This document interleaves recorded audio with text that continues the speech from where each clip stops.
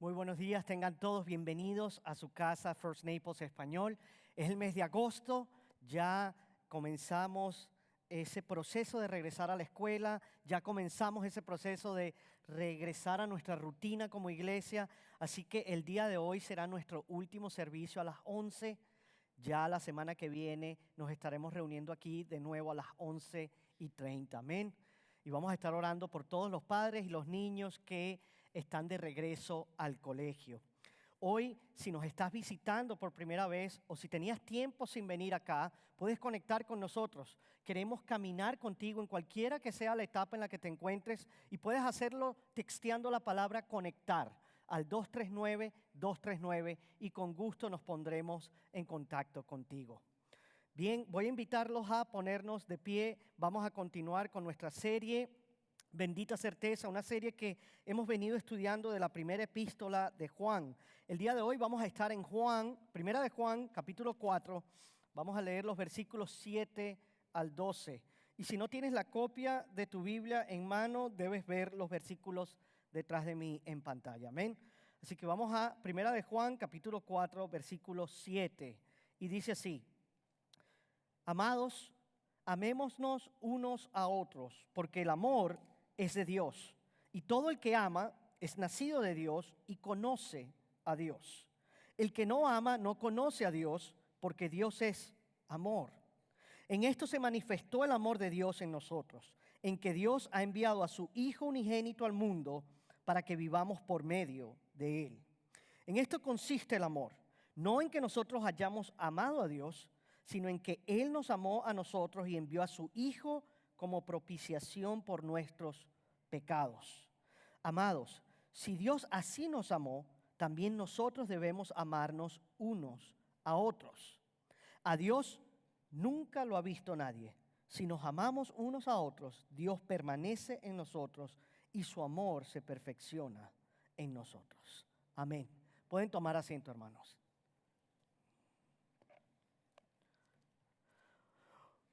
Hoy vamos a estar en este pasaje de la epístola de Juan. Nuestro mensaje el día de hoy está titulado Dios es amor. Y hablando de amor en esta mañana, ¿cuál es tu historia favorita de amor? A ver, vamos a hacer un sondeo aquí en la audiencia. ¿Cuáles de ustedes les gustaba, por ejemplo, María la del Barrio? ¿Cuántos de ustedes llegan hasta Corazón Salvaje? No tienen que alzar la mano. O tal vez algunos de los que están aquí era Betty la Fea. Tal vez es una película, o tal vez es una canción, tal vez es la historia de cómo tus padres se conocieron, o tal vez incluso es la historia de tus abuelitos, cómo ellos llegaron a estar juntos. O quizás sea tu propia historia de amor. A todos nos gustan las historias de amor. Y la razón que nos gusta tanto es porque en el fondo tú y yo anhelamos algo muy profundo. Tú y yo anhelamos ser plenamente conocidos, ser plenamente amados y nunca ser abandonados. Es por eso que las historias de amor tienen tanto poder, porque tú y yo tenemos un anhelo y esas historias despiertan el anhelo que todos llevamos dentro.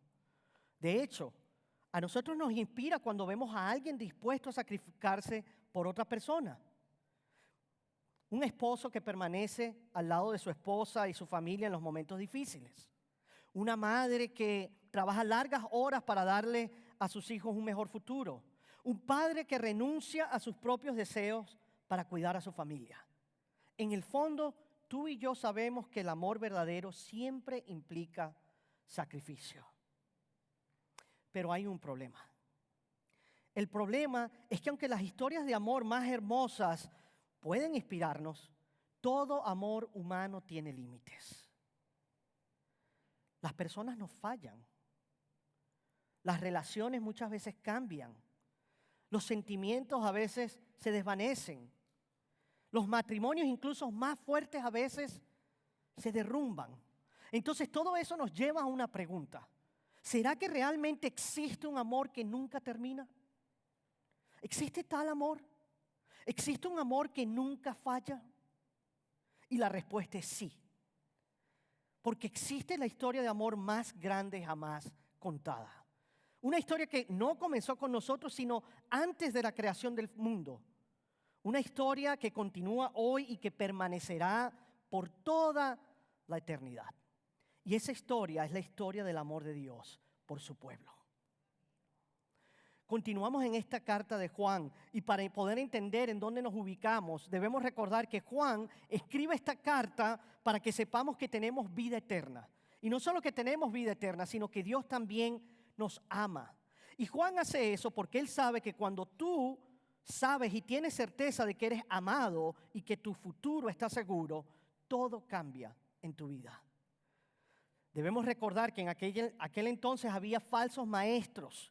Y estos falsos maestros salieron dentro de la iglesia, pero ahora estaban esparciendo mentiras sobre Jesús y también estaban confundiendo y haciéndole creer a la gente que no eran amados por Dios.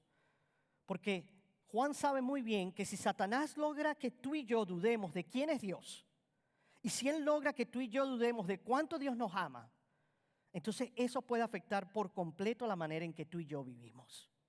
Es por eso que Juan recurrentemente habla sobre el amor, y el amor es uno de los temas principales de esta carta.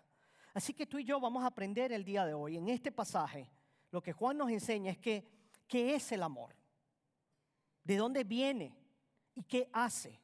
Y vamos a ver que el amor se origina en Dios, el amor inicia el rescate y el amor destruye nuestro mayor problema. Así que vamos rápidamente al punto número 1. El amor se origina en Dios. Sígueme en el versículo 7. Juan dice lo siguiente: amados, amémonos unos a otros, porque el amor es de Dios. De nuevo, si te fijas, Juan les vuelve a decir a sus lectores que son amados. A través de toda la carta, cada vez que se dirige a ellos, utiliza esa palabra, hijos, amados. Y aquí precisamente, antes de decirle lo que deben hacer, les está recordando quiénes son. Les está recordando que ellas son personas amadas por Dios. Y ese detalle en específico lo cambia todo. Porque nadie, absolutamente nadie puede dar de lo que no ha recibido primero. Y luego Juan continúa y dice, amémonos unos a otros, porque el amor es de Dios. Juan no solo está diciendo que Dios nos ama. Juan está diciendo algo mucho más profundo. Él nos dice que el amor es de Dios. Es decir, Dios es la fuente de todo amor verdadero. Podríamos describirlo tal vez así. El fuego es por naturaleza caliente. El agua es por naturaleza líquida y húmeda. Y Dios es amor. Amar no es simplemente algo que Dios hace.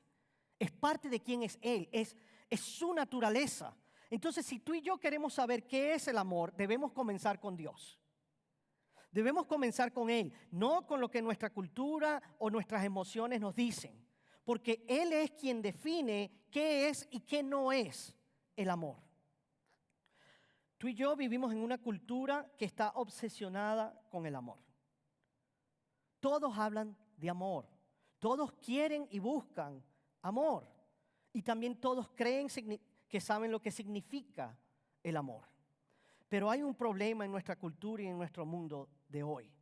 Y el problema es el siguiente, que el mundo ha cambiado la definición del amor y también ha cambiado el orden. Entonces, en lugar de decir que Dios define el amor, nuestra cultura nos dice lo contrario, el amor define a Dios. Es decir, cada persona entonces crea su propia definición del amor y luego espera que Dios la pruebe.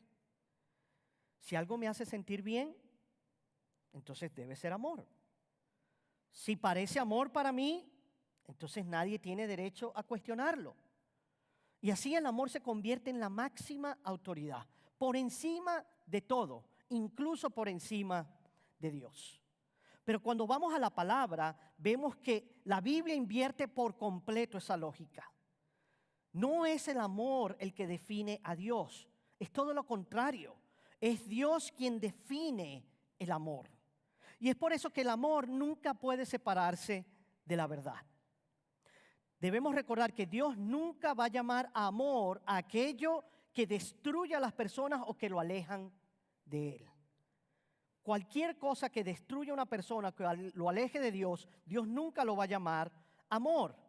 Y es importante que recordemos esto porque hoy en día es muy común que escuchemos frases como, si tú amas a alguien, simplemente no lo juzgues.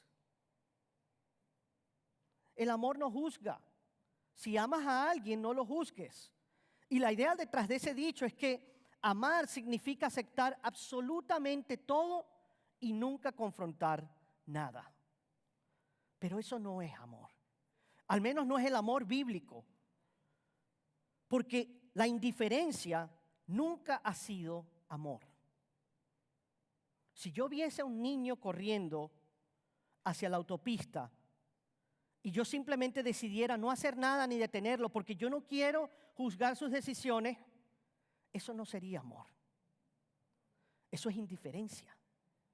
Lo que el mundo define como amor realmente es indiferencia. Porque el amor verdadero, el amor bíblico, siempre busca el bien de la persona amada. Incluso cuando debe decir una verdad difícil. Por eso Dios nos dice la verdad. Él nos dice la verdad porque Dios nos ama. Y Juan continúa diciendo, y todo el que ama es nacido de Dios y conoce a Dios.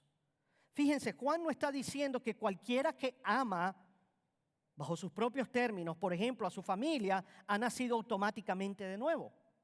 Lo que Juan sí está diciendo es que el amor que caracteriza a Dios también caracteriza a todos aquellos que han nacido de nuevo. Y cuando una persona nace de nuevo, entonces recibe una nueva naturaleza. El Espíritu Santo viene a morar en ella. Y el resultado es que comienza a amar. Y comienza a amar de una manera que no es normal, de una manera que no es humana, de una manera que antes no podía amar. No es un amor perfecto, pero sí es un amor genuino. Porque amar, y para poder amar, tenemos que estar conectados a la fuente.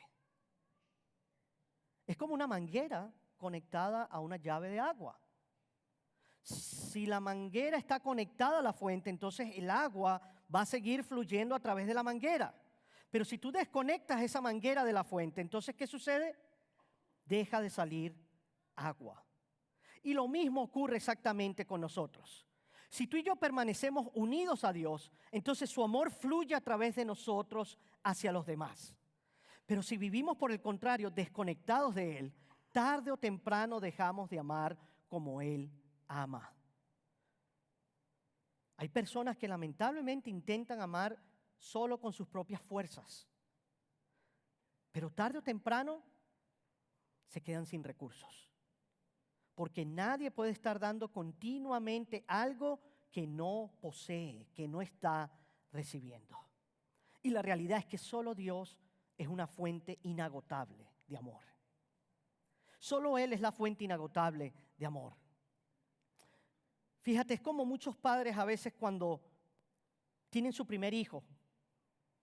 Todos los que han sido padres aquí, tienes tu primer hijo y luego llega y viene en camino el segundo. Y cuando viene el segundo en camino, tú piensas y dices que tal vez nunca vas a poder amar al segundo como al primero. Pero cuando nace el segundo, descubres algo muy sorprendente. Resulta que cuando nace el segundo, no quiere decir que el amor se divide. Bueno, ya le di al primero un 75%, así que tú recibes solo 25%. Descubres algo sorprendente. El amor no se divide, el amor se multiplica. El amor se expande, se multiplica. Y te das cuenta así que el verdadero amor no se agota a medida de que tú lo repartes. Y así es el amor de Dios. Él nunca deja de amar. Él nunca se agota. Su amor jamás se agota. Y por eso es que Juan puede afirmar, y dice en el versículo 8, el que no ama no conoce a Dios. Porque Dios es amor.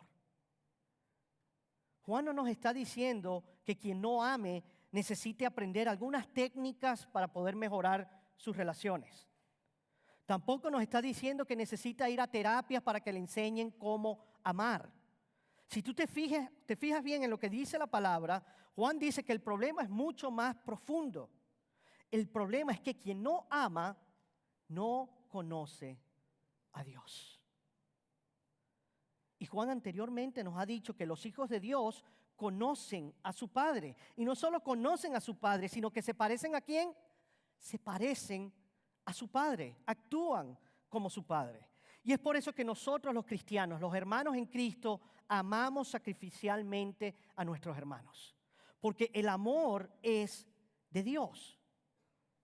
Y cuando una persona conoce verdaderamente al Dios que es amor, ese amor comienza inevitablemente a transformar nuestra manera de vivir. Y así entendemos y nos damos cuenta que ese amor recibido, entonces se convierte en un amor compartido. Todo lo que recibes del Señor, entonces lo compartes. Así que vemos, hermanos, que el amor no nace primero en nosotros. El amor siempre comienza con Dios. Y es esa verdad la que nos prepara para el siguiente punto. Porque si Dios es la fuente del amor, entonces surge una pregunta muy, muy importante. ¿Cómo sabemos que Dios realmente nos ama? Juan va a responder esa pregunta en los siguientes versículos y nos va a mostrar que Dios no solo habló de amor, sino que Dios hizo algo y demostró su amor para nosotros. Punto número 2, el amor inicia el rescate.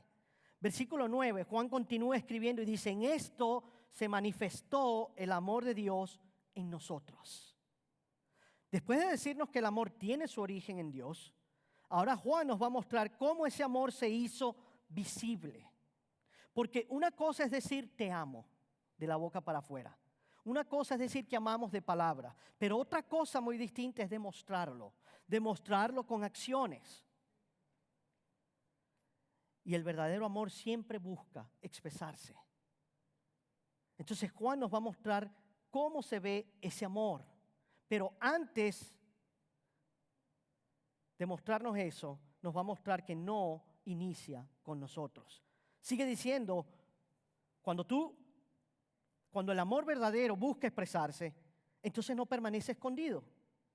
Ese amor se mueve, ese amor actúa. Y es por eso que Juan dice, en esto se manifestó, se demostró el amor de Dios. Y la palabra manifestó, esa palabra transmite la idea de algo que fue revelado. Algo que fue revelado y puesto claramente ante nuestros ojos. Lo que nos quiere decir Juan es que Dios no dejó su amor como una idea abstracta. Tampoco lo dejó como un sentimiento invisible. Dios hizo su amor visible. ¿Y cómo lo hizo? Dios envió su único hijo al mundo. La mayor expresión de amor de Dios no fue una emoción, fue una persona. El amor de Dios tiene un nombre y su nombre es Jesús. Es por eso que en Juan 3:16 el mismo apóstol nos dice lo que Dios hizo para demostrar su amor. Nos dice, de tal manera amó Dios al mundo que dio a su Hijo unigénito para que todo aquel que cree en Él no se pierda, sino que tenga vida eterna. Así vemos que el amor de Dios dio el primer paso. Dios inició y dio el primer paso. Nosotros por lo general tendemos a reaccionar, no a responder, pero Dios respondió y dio el primer paso. Y hay una gran diferencia entre reaccionar y responder. Por ejemplo, lo que tú y yo hacemos generalmente, que es reaccionar, es cuando tú reflejas lo que hace otra persona. Entonces, si esa persona es amable contigo, tú eres amable con él. Si esa persona te trata bien, entonces tú lo tratas bien. Si esa persona es detallista contigo y te ama, entonces tú también eres detallista y lo amas. Pero si esa persona te hace daño, entonces tú también vas a buscar hacerle daño. En cambio, el amor de Dios es muy distinto. Su amor es una respuesta. Y a diferencia de la reacción, una respuesta es una elección consciente que consiste en hacer algo que mejore la situación. Entonces, Dios no esperó a que nosotros diéramos el primer paso. Dios tomó esa iniciativa. Y es por eso que más adelante, en el versículo 19, Juan nos dice, nosotros amamos a Dios. ¿Por qué? Porque Él nos amó primero. ¿Te das cuenta? El Evangelio comienza con Dios buscándonos. No fuimos nosotros los que encontramos a Dios. Él nos encontró a nosotros. Nosotros no corrimos hacia Él. Dios corrió hacia nosotros. Es como cuando un padre pierde a su hijo. Si tú estuvieses en un centro comercial y pierdes a tu niño, ¿qué harías? Los padres no esperan que el niño encuentre su camino de regreso a casa. Los padres salen por todo el centro comercial a buscarlo. No descansan hasta encontrarlo. ¿Por qué? Porque el amor siempre se mueve hacia la persona amada. El amor nunca se queda sentado esperando. El amor busca, el amor actúa, el amor rescata. Y eso es exactamente lo que Dios hizo con nosotros. La Biblia nos dice que cuando Dios envió a Jesús, nosotros no estábamos buscando a Dios. Estábamos perdidos en nuestros pecados. No éramos personas que buscaban desesperadamente una relación con Él. Éramos personas huyendo de Él. Pero aun cuando éramos indiferentes hacia Dios, Él no fue indiferente hacia nosotros. Cuando nosotros lo rechazábamos y vivíamos lejos de Él, Dios decidió acercarse a nosotros. Es por eso que Romanos 5:8 nos dice que Dios demuestra su amor para con nosotros en que siendo aún pecadores, separados de Él, enemigos de Él, Cristo murió por nosotros. Dios no esperó a que tú y yo fuésemos mejores para amarnos. Dios tampoco dijo, cuando arregles tu vida, cuando dejes tus pecados, cuando seas digno, entonces yo vendré por ti. No. Dios vino por nosotros precisamente porque no podíamos salvarnos por nosotros mismos. Fue por eso que vino. Por amor. Dios conoce todo de ti y de mí. Dios conoce tus pensamientos. Él conoce esos pensamientos que nadie más conoce. Dios conoce tus luchas secretas, así como las mías. Dios conoce tus pecados pasados y todas esas áreas de tu vida que tú intentas esconder de los demás. Porque la realidad es que todos tememos que si la gente nos conociera realmente, tal vez dejarían de amarnos. Todos tememos que si conocieran nuestro pasado, si conocieran nuestros pecados, si conocieran los que pensamos, probablemente nos rechazarían. Pero hay algo que debes tener en cuenta. Las personas pueden amarte por lo que conocen de ti. Pero Dios te ama sabiendo absolutamente todo sobre ti. Él conoce lo peor de ti y lo peor de mí, y aún así decidió enviar a su Hijo por nosotros. Por eso tú y yo no tenemos que aparentar algo que no somos. Por eso tú y yo no tenemos que tener miedo y tratar de aparentar y de buscar la aprobación de otros para sentirnos plenamente conocidos, porque en Él ya somos plenamente conocidos, aceptados y amados. Su palabra nos dice que somos más pecadores de lo que pensamos. Somos peor de lo que pensamos, pero también somos más amados de lo que jamás podríamos imaginar tú y yo. Juan nos continúa diciendo, la razón que Dios hizo esto es para que vivamos por medio de Él. Es decir, Dios envió a Jesús con un propósito, que tú y yo pudiéramos vivir. Porque sin Cristo, la palabra nos dice que estábamos muertos espiritualmente. Podíamos respirar, podíamos trabajar, podíamos formar familias y alcanzar metas, pero estábamos separados de la fuente de vida. Por eso el mismo Jesús nos dijo en Juan 10:10, yo he venido para que tengan vida y para que la tengan en abundancia, para que vivan realmente. Entonces Jesús no vino simplemente para hacer personas malas buenas. Jesús vino para darle vida a personas que estaban muertas. Él vino para que pudiéramos conocer a Dios, para que pudiéramos experimentar su amor perfecto, para que pudiéramos compartir ese amor con los demás. Así que si tú vas allá afuera, la cultura te va a prometer vida. La cultura te va a prometer amor.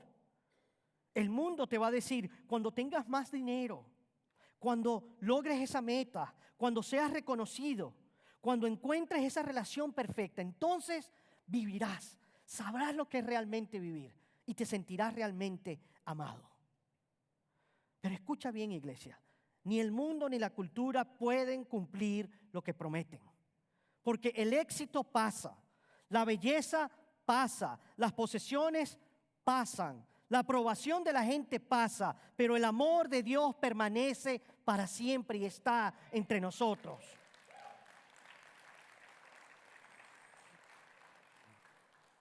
Solo Cristo puede darte la vida que has estado buscando durante toda tu vida.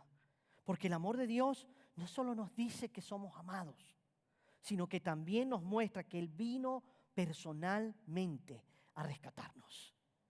Y cuando entendemos que somos amados y que hemos sido rescatados, nos damos cuenta que su amor vino precisamente para destruir nuestro mayor problema. Acompáñame y sígueme en el versículo 10, dice Juan, en esto consiste el amor. Hemos venido hablando tanto del amor. Nos hemos dado cuenta que el mundo tiene una definición del amor. Pero si esa definición no es correcta, entonces, ¿qué es realmente el amor? Juan ahora nos va a dar la definición más clara del verdadero amor. Así que si quieres saber qué es el amor, presta atención, porque aquí está. Antes de decirnos lo que es el amor, Juan nos dice lo que no es. Él nos dice, en esto consiste el amor, no en que nosotros hayamos amado a Dios. En eso no consiste el amor. Y si te pones a pensar, la Biblia, ¿verdad?, nos dice algo. El mayor mandamiento de toda la Biblia es que amarás al Señor tu Dios con todo tu corazón, toda tu alma y con toda tu mente, con todas tus fuerzas. Pero si Juan nos está diciendo que no somos nosotros los que amamos a Dios, y si ese es el mayor mandamiento, entonces definitivamente el mayor pecado es no amar a Dios. Y ese es precisamente nuestro problema. Tú y yo pensamos que nuestro problema mayor es el dinero, es el trabajo, es la salud o tal vez la familia. Pero la Biblia nos dice que nuestro verdadero problema es que no amamos al Dios que nos creó. Ese es nuestro verdadero problema, que preferimos vivir para nosotros mismos, que queremos decidir qué está bien y qué está mal, que queremos usar a Dios solo cuando lo necesitamos, sin someternos a su autoridad. En el fondo, tú y yo queremos ocupar el lugar que solo le pertenece a Dios. Y la Biblia nos dice que hay un castigo por no amar a Dios. Y el castigo es estar separado de Él para siempre. Él te da lo que quieres. Y por eso Romanos 6:23 nos dice, la paga del pecado es muerte. Porque Dios no es solo amor. Dios también es perfectamente santo y perfectamente justo. Por lo tanto, toda rebelión contra Él merece juicio. Y yo sé que algunos de los que están acá o de los que nos ven en línea dirán, pero yo no soy una persona tan mala, pastor. Usted no me conoce bien. Yo no soy tan malo. ¿De verdad usted cree que yo merezco el infierno? Déjame explicarlo con una analogía. Imagínate que alguien viniera y me golpeara en la cara. Voy a ser honesto, puede que mi reacción sea devolverle el puñetazo. ¿No es así? Si me das un puñetazo en la cara, probablemente no pase más allá de una simple pelea, de que yo responda. Pero ahora imagínate si tú le dieras un golpe en la cara a un policía. ¿Qué crees tú que va a hacer el policía? Lo más seguro es que él responda con una descarga eléctrica o que te lleve y te meta en la cárcel. Ahora imagínate si le dieras un golpe en la cara al presidente. ¿Tú crees que va a acabar como acabó conmigo? Si le dieras un golpe en la cara al presidente, créeme, vas a acabar en la morgue y vas a salir en todas las noticias. ¿Por qué? ¿Cuál es la diferencia? Si te das cuenta, es la misma acción. La diferencia es la persona ofendida. Cuanto más alto sea el rango de las personas, mayor será el crimen. Si me das un golpe a mí, lo más seguro es que no pase de una pelea. Si le das un golpe a un policía, terminarás en la cárcel. Si es contra un presidente, probablemente termines en la morgue. Pero déjame decirte algo, no hay nadie más alto ni mayor que Dios. Él es infinitamente santo y grande. Por lo tanto, cualquier ofensa contra Él, entonces merece un castigo eterno. Pero ¿sabes cuál es la buena noticia? Juan nos dice, Él nos amó a nosotros. Aquí está la definición del amor. No que nosotros lo amamos a Él, sino que Él nos amó a nosotros. Ese Dios del cual tú y yo nos habíamos olvidado, nunca se olvidó ni de ti ni de mí. Nosotros no lo amábamos, nosotros lo rechazábamos, pero Él nos amó. Y no nos amó solo de palabra, nos amó de acción. Y por eso Juan nos dice, Él envió a su Hijo como propiciación por nuestros pecados. Esa es la maravillosa noticia del Evangelio. El Dios al que tú y yo hemos ofendido infinitamente se hizo niño, se hizo una persona en cuerpo y carne, creció hasta convertirse en un hombre, fue tentado y venció la tentación, sufrió por nosotros y acabaría siendo crucificado en la cruz para pagar nuestro castigo, para pagar nuestra deuda. Esa palabra propiciación nos lleva al Antiguo Testamento. La propiciación nos lleva al día de la expiación. Y resulta que en el Antiguo Testamento, una vez por año, el sumo sacerdote entraba a un lugar dentro del templo que se encontraba justo en el centro. Y era un lugar llamado el lugar santísimo. Y él entraba allí y con la sangre de un cordero sin defecto, la rociaba sobre el propiciatorio, o también conocido como el asiento de misericordia. Y lo que Dios estaba haciendo con su pueblo en aquel entonces era enseñándole que la única manera de acercarse a Él era mediante el sacrificio de un sustituto inocente. La justicia entonces era satisfecha para que así la misericordia pudiera extenderse. No sé si te das cuenta, la imagen es clara. Lo que Dios le está diciendo es que aunque tú y yo hemos quebrantado la ley de Dios y merecemos su juicio, su amor nos abrió un camino para acercarnos a Él. Cada gota de sangre de esos sacrificios del Antiguo Testamento apuntaban directamente a Jesús. Él es el verdadero Cordero que murió una vez y para siempre. Es por eso que Jesús es la propiciación. Jesús es el pago que satisface plenamente nuestra deuda con Dios. Y eso se siente maravilloso. Y esas son buenas noticias. ¿No te ha pasado que alguna vez pagas un carro o tu casa y se siente maravilloso? Es como terminar de pagar un auto. Cuando tú haces ese último pago, esa deuda queda cancelada. Quedas libre de ella. Ya no tienes que hacer más ningún pago. El banco te da un título que dice pagado en totalidad. Has quedado libre. Y eso fue exactamente lo que hizo Jesús por nosotros.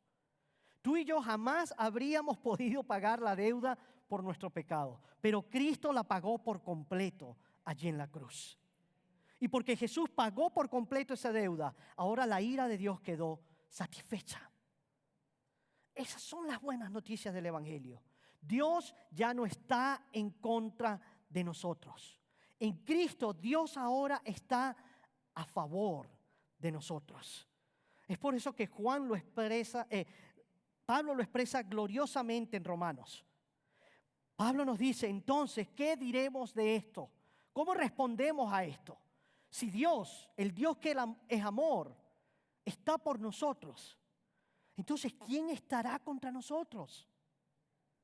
Él, Dios, que no negó ni a su propio Hijo, sino que lo entregó por todos nosotros, ¿cómo no nos dará también junto a Él todas las cosas? ¿Y sabes lo que pasa para aquellos que han recibido su amor? Pablo continúa y nos dice, estoy convencido de que ni la muerte, ni la vida, ni los ángeles, ni principados, ni lo presente, ni por lo venir, ni poderes, ni lo alto, ni lo profundo, ninguna otra cosa puede separar a los que están en Cristo Jesús de su amor para siempre. Entonces, ¿cómo sabemos tú y yo que Dios nos ama? No es por nuestras emociones. No es por lo que sintamos el día de hoy. Tampoco es porque la vida siempre salga como queremos. Lo sabemos porque miramos a la cruz. La cruz es la expresión más grande de amor. Es como si un bombero asistiera a un incendio. Solo piensa si hubiese un incendio. Y allí, en ese incendio, queda un niño atrapado. Un niño atrapado que no tiene manera de salir de esa casa en llamas. Y allí llega el bombero, sabiendo plenamente cuál es el peligro. Y aún así entra de todos modos. Y el bombero arriesga su vida. Y encuentra a ese niño y lo cubre, lo protege con su propio cuerpo. Y el niño sale con vida. Pero el bombero no sobrevive. Nadie tendría que preguntarse si el bombero amaba a ese niño, ¿no es así? Él demostró su amor. Lo demostró al entregar lo más valioso que él tenía, su propia vida. Y eso es exactamente lo que hizo Cristo Jesús por nosotros. Tú y yo estábamos atrapados bajo el juicio del pecado, pero Jesús vino a nuestro rescate. La muerte venía por ti y por mí, pero Él tomó nuestro lugar en la cruz. Él recibió ese castigo que tú y yo merecíamos y Él entregó su vida para que tú y yo pudiéramos vivir. Pero ¿sabes cuál es la diferencia? Que Él no permaneció en la tumba. A los 3 días resucitó de entre los muertos y resucitando venció al enemigo, conquistó a la muerte y ahora nos ofrece perdón y vida eterna en Él.